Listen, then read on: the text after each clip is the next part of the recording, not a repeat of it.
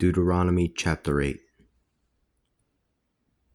Be diligent in observing all of the commandments that I am giving you today, so that you might live and multiply, and so that you might enter and take possession of the land that the Lord promised to your fathers.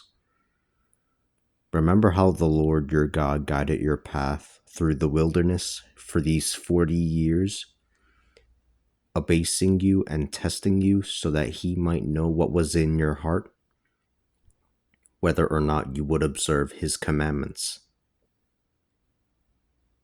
He brought you low, allowing you to suffer from hunger.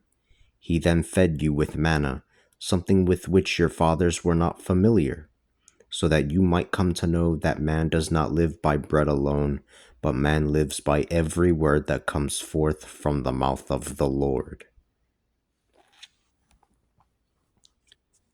Throughout these 40 years, your clothing did not wear out, nor did your feet swell. Thus you could understand that the Lord your God was disciplining you, just like a father disciplines his son. Therefore observe the commandments of the Lord your God. Walk in his ways and fear him. The Lord your God is bringing you into a good land, a land filled with brooks, fountains, and springs that rush forth from the valleys and the hills.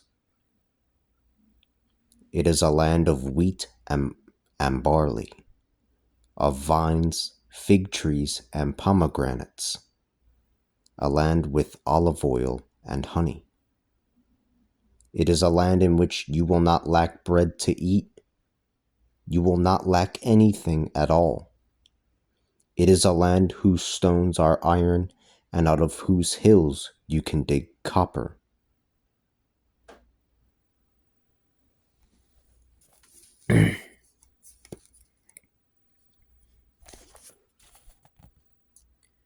When you have eaten your fill and are satisfied, then praise the Lord your God for the good land that he has given you. Take heed not to forget the Lord your God by not observing his commandments, decrees, and statutes that I have given you today. Otherwise, when you have eaten your fill and you have built fine houses and are living in them, and your herds and your flocks have grown large, and your silver and your gold have multiplied, in fact, all that you own has multiplied, then your heart might become proud, and you will forget the Lord your God, who brought you out of the land of Egypt, the land of your slavery.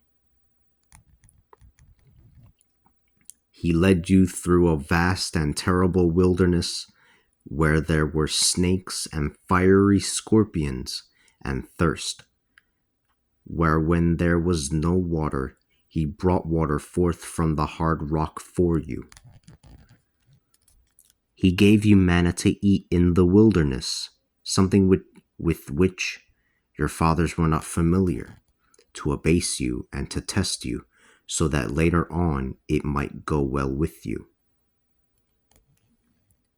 You might think to yourself, it is through my strength and the might of my own hand that I have acquired this wealth. But remember the Lord your God, for it is he who has given you the ability to acquire this wealth, so that he might confirm the covenant that he made with your fathers, which is still in force today. But if you forget the Lord your God and follow after other gods, serving and worshiping them, then I swear to you today that you will surely perish.